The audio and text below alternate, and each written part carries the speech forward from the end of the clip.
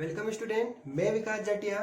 आज मैं आपको कक्षा 10वीं अध्याय 2 प्रश्नावली 2.2 का प्रस्तावना सिखाऊंगा। जैसे कि मैंने प्रस्तावना की 2 वीडियो और बनाई है 2.2 के ऊपर ही। प्रस्तावना वीडियो भी एक और आएगी, इसके बाद में टोटल 2.2 की प्रस्तावना वीडियो 4 हो जाएगी। तो यह पार्ट 3 चल रहा है, प्रस्तावना वीडियो 3। इसमें मैं आपको सिखाऊंगा कि बहुपद के शून्यांक एवं गुणांकों में संबंध। पिछली 2 वीडियो में मैंने आपको सिर्फ बहुपदों के शून्यांक ज्ञात करना ही सिखाया था, लेकिन मैं आपको इस वीडियो में बहुपद के शून्यांक एवं गुणांकों में संबंध याद करना सिखाऊंगा। और इसमें भी हम बहुपद शून्यांक गुणांक में संबंध में हम 3 चीज सीखेंगे।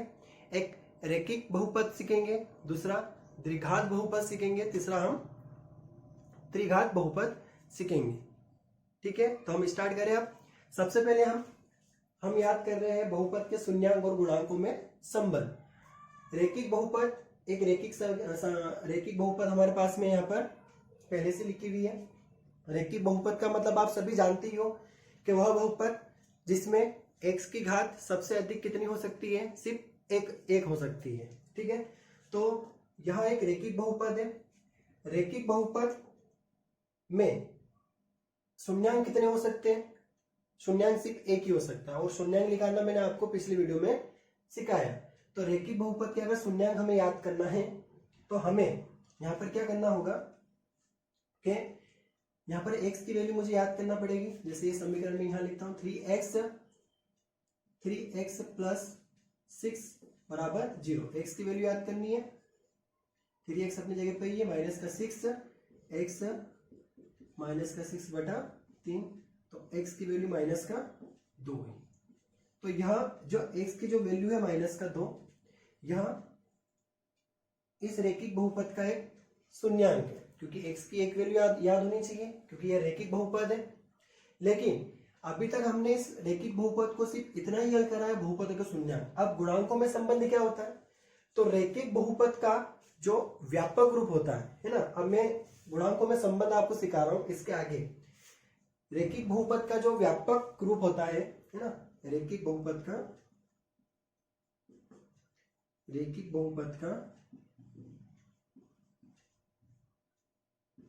व्यापक रूप ax प्लस का b बराबर 0 होता है। मतलब रैखिक बहुपद को हम किसी भी बहुपद को इस रूप में लिख सकते हैं, ax प्लस का b। देखिए जैसे कि ये है ना, तो यह समीकरण भी, यह बहुपद भी इस बहुपद व्यापक रूप जैसे दिख रही है। हमें अब क्या करना है कि इस रैखिक बहुपद को, यह जो बहुपद हमें दिख रहा है, उसको व्यापक रूप वाली जो बहुपद है उससे हमें तुलना करनी है ना। तुलना करने में हमें क्या देखना है कि इस x वाली की तुलना हमें x के साथ में करना, मतलब जिसके साथ में चर हो, 4x है और यहाँ पर भी चर है, तो उसकी तुलना हमें चर और चर के साथ में करना है। जैसे ये अचर है, पिछली वीडियो में आपको बता चुका हूं कि ABC एक वास्तविक संख्या अचर संख्या होती है, तो B एक अचर पद है, तो इसकी तुलना हमें इसके साथ में करना है। अगर हम तुलना करेंगे x की 3x के साथ में, तो ax बराबर 3x। a की वैल्यू याद करनी है हमें, यहां से x बटे में जाएगा,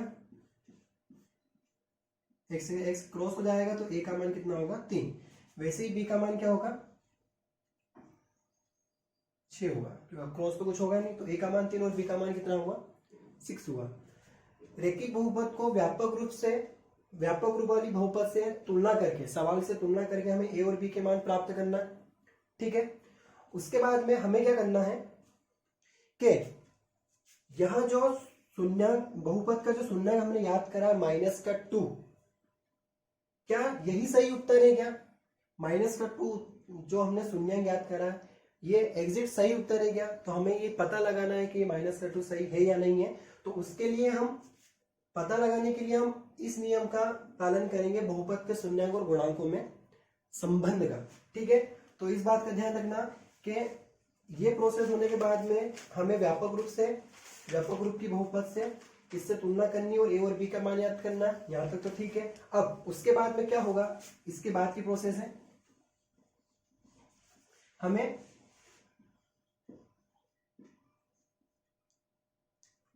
बहुपद के शून्यांक बराबर माइनस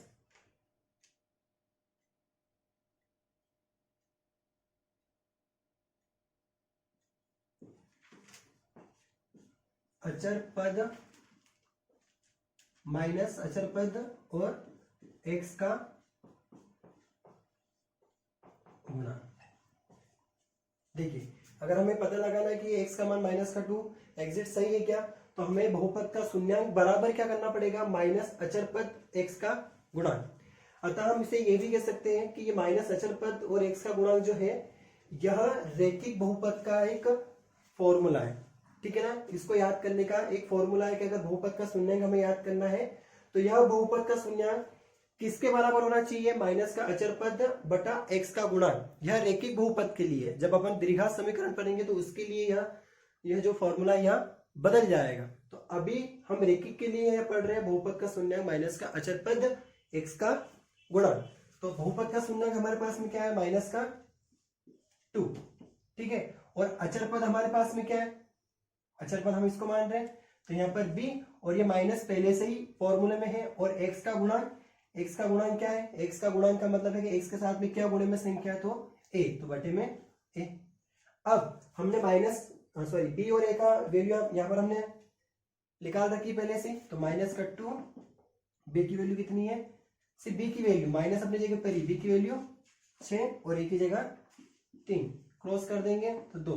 तो देखिए माइनस का 2 बराबर माइनस का 2 आ रहा है। इसका मतलब ये है कि हमने जो ये शून्यांक निकाला है यह सत्य है, और सवाल के अनुसार बहुपद के शून्यांक और गुणांकों में संबंध भी हमने निकाल दिया है। यह गुणांकों का संबंध है, बहुपद के साथ गुणांकों का संबंध है। यह जो मैंने फॉर्मूला लिखा है यह रैखिक बहुपद के लिए है। अब हम आगे अगर द्विघात बहुपद सीखेंगे तो उसके लिए फॉर्मूला अलग होगा। अब हम द्विघात बहुपद सीखेंगे। अब हम द्विघात बहुपद के बारे में, द्विघात बहुपद में बहुपद के शून्यांक और गुणांकों के संबंध के बारे में जानेंगे। अभी हमने रैखिक बहुपद और गुणांकों के संबंध के बारे में जाना था, अब हम द्विघात बहुपद में गुणांकों के संबंध के बारे में जानेंगे। जैसे कि ये सवाल मैंने आपको प्रस्तावना वाली वीडियो में मैंने आपको करवाया है, द्विघात समीकरण के बहुपद कैसे याद किए जाते हैं वो आपको मैंने उसमें सब डिटेल में बताया। ठीक है, तो यहाँ पर मैं इसके बहुपद को मैं 2 शून्यांक याद कर लेता हूं। यहाँ पर इसको कैसे मैंने समझाया है आप उसकी पुरानी वीडियो देखिएगा। ठीक है, 2x स्क्वायर 6x प्लस का x प्लस का 3 बराबर 0। देखिए 2 का गुणा 3 में करेंगे तो 6 होगा। अब 7x के ऐसे टुकड़े करने के प्लस माइनस करने पे तो 7x आ जाए, और उन्हीं टुकड़ों का मल्टीप्लाई करने पर क्या आना चाहिए, 6 आना चाहिए। तो मेरे पास में 7x के टुकड़े ये हैं। अब फर्स्ट के 2 लास्ट के 2 में से क्या कॉमन आएगा, तो 2 कॉमन आएगा, 2x कॉमन आएगा। ठीक है, अंदर क्या बचेगा, 2 के टेबल में 2 1 बार आता तो यहाँ 1 बचेगा, और यहाँ x 2 बार था तो 1 बार बचेगा। यहाँ पर 2 के टेबल में 6 3 बार आता है और x 1 ही बार था तो 1 बार, कुछ नहीं बचेगा। अब हमें अब यहाँ से ऐसी चीज कॉमन लेनी है कि ऐसा वाला ब्रैकेट प्राप्त हो जाए, तो हम यहाँ से प्लस का 1 कॉमन लेंगे, तो x प्लस का 3 बराबर 0। अब इसमें से और इसमें से हम क्या कॉमन दिख रहा है, ब्रैकेट कॉमन दिख रहा है, x प्लस का 3 और x प्लस का 2x प्लस का 1 बराबर 0। जब इसमें से हम x प्लस का 3 कॉमन लेंगे तो अंदर बचेगा 2x, यहाँ से x प्लस का 3 कॉमन लेंगे तो अंदर बचेगा 1। अब दोनों को 0 के बराबर रखेंगे हम, x प्लस 3 बराबर 0, 2x प्लस का 1 बराबर 0। x की वैल्यू याद करी, माइनस का 3 प्लस का 2 माइनस का बन गया। यहाँ से x की वैल्यू याद करेंगे तो माइनस का 1 और x 2 बटे में जाएगा तो माइनस का 1 बटा 2। तो हमारे पास में x के 2 मान प्राप्त हुए। x के 2 मान क्यों प्राप्त हुए, क्योंकि द्विघात समीकरण है, जितनी घातें होती है उतने मान हमें याद होते हैं। तो x की वैल्यू माइनस का 3 और x की वैल्यू माइनस का 1 बटा 2। अब हमें यहाँ पर क्या करना है कि दोनों x है तो इसको हम 2 अलग रूपों में लिख लेते हैं। इसको हम अल्फा मान लेते हैं, अल्फा बराबर माइनस का 3, और इसको हम बीटा मान लेते हैं, बीटा बराबर माइनस का 1 बटा 2। ठीक है, यहाँ तक तो मैं आपको पिछली वीडियो में बता चुका हूँ कि कैसे याद करते हैं, ये अल्फा ये बीटा है। अब गुणांकों में संबंध याद करेंगे। जैसे कि मैंने रैखिक समीकरण में आपको, रैखिक बहुपद में आपको मैंने व्यापक रूप बताया था रैखिक बहुपद का, वैसे ही द्विघात बहुपद का भी एक व्यापक रूप होता है जिसकी तुलना हम इस समीकरण से करेंगे। देखिए हम लिखेंगे द्विघात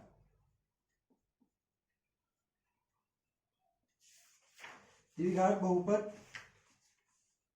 की व्यापक रूप क्या है इसका, A X square B X plus का सी बराबर 0 से तुलना करने पर। द्विघात बहुपद का जो व्यापक समीकरण है वो यह है, इसकी तुलना हम इससे करेंगे और तुलना करने पर हम एबीसी के मान अलग अलग प्राप्त करेंगे। तो जैसे कि मैंने आपको बताया था कि रेखिक बहुपद में x का तुलना x वाली संख्या के साथ में करी थी और बिना x वाली संख्या के बिना x वाली के साथ में तुलना करी थी। तो यहाँ पर हमारे पास में तीन संख्या है, एक x स्क्वायर वाली है, एक सिर्फ x वाली और तीसरी जो है वो बिना x वाली है। तो x स्क्वायर वाले की तुलना x स्क्वायर वाले के साथ में होगी, सिर्फ x वाले की तुलना x वाले के साथ में होगी और बिना x वाले की तुलना बिना x वाले के साथ में होगी। ठीक है, यहाँ पर मैं एक्स स्क्वायर की तुलना में 2x स्क्वायर से कर रहा हूँ। यहाँ पर a की वैल्यू याद करनी है मुझे, तो 2x स्क्वायर बटे में x स्क्वायर क्रॉस हो जाएगा तो a की वैल्यू 2 हो जाएगी। अब वैसे ही मुझे b की वैल्यू याद करनी है, तो bx के बराबर किसका रखेंगे हम 7x को। b की वैल्यू याद करने के लिए इसको बटे में भेजेंगे, कट जाएगा तो b बराबर 7। वैसे ही अब c की वैल्यू क्या होगी 3 हो जाएगी। ठीक है, अब यहाँ पर आपको ये ध्यान रखना है कि इस समीकरण में जो ए एक्स स्क्वायर है यहाँ एक्स स्क्वायर का गुणांक है, ये जो a है ना यहाँ एक्स स्क्वायर का गुणांक है, और यहाँ पर जो बी एक्स है और ये जो b है यह x का गुणांक है, और यह जो c है यह अचर पद है। क्या है ये अचर पद है। हमने एबीसी के तीनों के मान पता लगा लिए और हमारे पास में इस समीकरण के जो दो अलग अलग मान आए अल्फा और बीटा, इस अल्फा बीटा का संबंध हमें अब गुणांकों के संबंध में याद करना पड़ेगा। तो रेखिक बहुपद में सिर्फ एक ही फॉर्मूला था, बहुपद का शून्यांक बराबर माइनस अचर पद बटे में x का गुणा। लेकिन अब द्विघात बहुपद अगर हमें याद करना है तो हमें यहाँ पर दो फॉर्मूले लगेंगे। पहला फॉर्मूला है शून्यांकों का योगफल बराबर माइनस एक्स का गुणांक बटे में एक्स स्क्वायर का गुणांक, और दूसरा जो फॉर्मूला लगेगा वो यह लगेगा कि शून्याङ्कों का गुणनफल बराबर अचर पद बटे में एक्स स्क्वायर का गुणांक। मैं आपको यहाँ पर समझाऊंगा, देखिएगा। ठीक है, अब हम गुणांकों का संबंध याद कर रहे हैं, लेकिन यहाँ पर गुणांकों का संबंध दो प्रकार से होगा, एक योगफल से एक गुणनफल से। तो सबसे पहले हम योगफल से याद कर रहे हैं। ठीक है, तो शून्याङ्कों का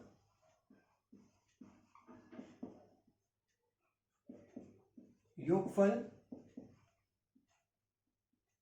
शून्याङ्कों का योगफल यह बराबर होगा किसके, मैं जो बता रहा हूं ना, माइनस एक्स का गुणांक बटे में एक्स स्क्वायर का गुणांक। ठीक है, या शून्याङ्कों का योगफल माइनस एक्स का गुणांक और एक्स स्क्वायर का गुणांक। मतलब माइनस एक्स कौन है, मतलब मैं इसकी बात कर रहा हूं, और एक्स स्क्वायर का गुणांक मतलब मैं इसकी बात कर रहा हूं। ठीक है, शून्याङ्कों का योगफल यहां मैंने इसको हम इस प्रकार से भी कर सकते हैं। शून्याङ्कों का योगफल मैंने अभी इस तरीके से लिखा है, लेकिन इसको हम ऐसा भी लिख सकते हैं अल्फा प्लस का बीटा, क्योंकि शून्याङ्क क्या है, शून्याङ्क दोनों इसके, तो हम इसको अल्फा प्लस बीटा भी लिख सकते हैं। तो शून्याङ्कों का योगफल लिखो या अल्फा प्लस का बीटा लिखो, बात एक ही है। अब यह जो माइनस है यह फॉर्मूले में पहले से ही है, क्योंकि द्विघात समीकरण में योगफल गुणांकों का संबंध याद करने के लिए जो योगफल का फॉर्मूला बनेगा उसमें इसके साथ में माइनस रहेगा, ये आपको याद रखना है। ठीक है, तो यह माइनस एज इट इज। तो x का गुणांक यहाँ पर कौन है, समीकरण में देखिए x का गुणांक क्या है, b है, और एक्स स्क्वायर का गुणांक क्या है, x के साथ में कौन है, a है, तो यहाँ पर हम a लिख देंगे। अब हम ये ऐसा क्यों कर रहे हैं, शून्याङ्कों का योगफल बराबर माइनस एक्स का गुणांक और एक्स स्क्वायर का गुणांक, ऐसा हम इसलिए कर रहे हैं क्योंकि हमें यह पता लगाना है कि ये अल्फा और बीटा का मान जो बहुपद के शून्याङ्क है यह सही है या गलत है।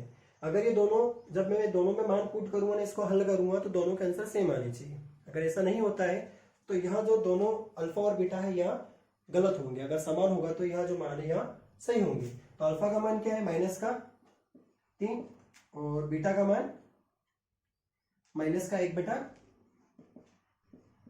2। ठीक है, अब ये माइनस पहले से ही है, b का मान क्या है यहाँ पर हमने लिखा है 7 और उसके बाद में a का मान 2। इसका हम एलसीएम करेंगे, सबसे पहले प्लस माइनस कर लेते हैं, माइनस प्लस माइनस माइनस 1/2 और माइनस का 7/2 चल ही रहा है।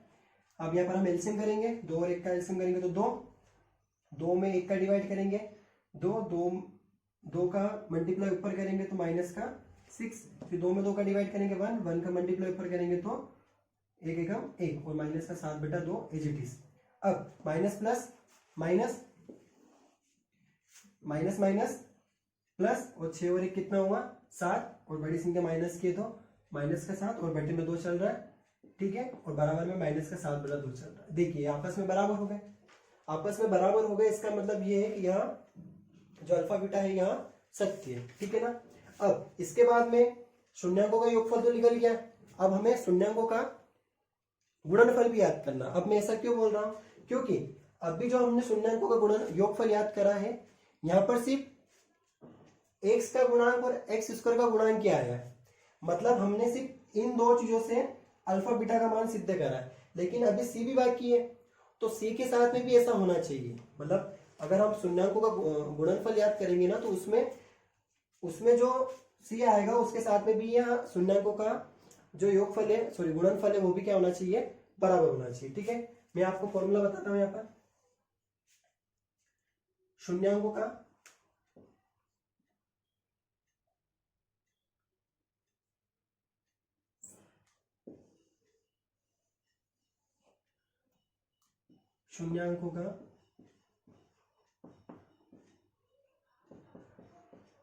गुणनफल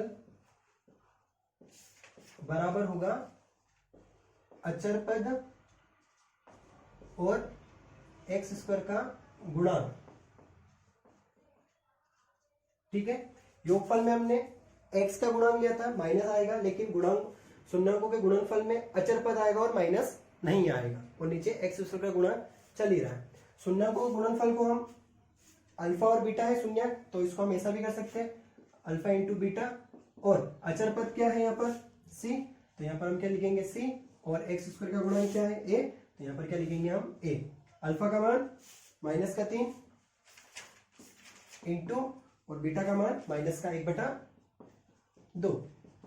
अब c का मान हमने यहाँ पर निकाला 3 और a का मान 2। -3 का गुणा है, -1 में करा तो माइनस माइनस प्लस और 3 एकम 3 और बटा 2 और ये 3/2। देखिए शून्यांकों के योगफल में भी जो हमारा आंसर है सेम आ गया है, और शून्यांकों के गुणनफल में भी हमारा आंसर सेम आ गया है। इसका मतलब ये है कि हम इस द्विघात बहुपद का जो हमारे शून्यांक है वह सत्य है, और साथ में हमने गुणांकों में संबंध भी याद कर लिया है, क्योंकि इससे सत्य होना यह जो सही है ये हमें किस कारण से बताना था, गुणांकों के संबंध के कारण से बताना था, तो हमने बता दिया है, और गुणांक में संबंध भी बता दिया, और यह भी बता दिया कि यह अल्फा और बीटा द्विघात बहुपद के दो शून्यांक है। ठीक है, मैं आपको अगली वीडियो में त्रिघात बहुपद के शून्यांक याद करना सिखाऊंगा, उसमें कुछ अलग रहेगा।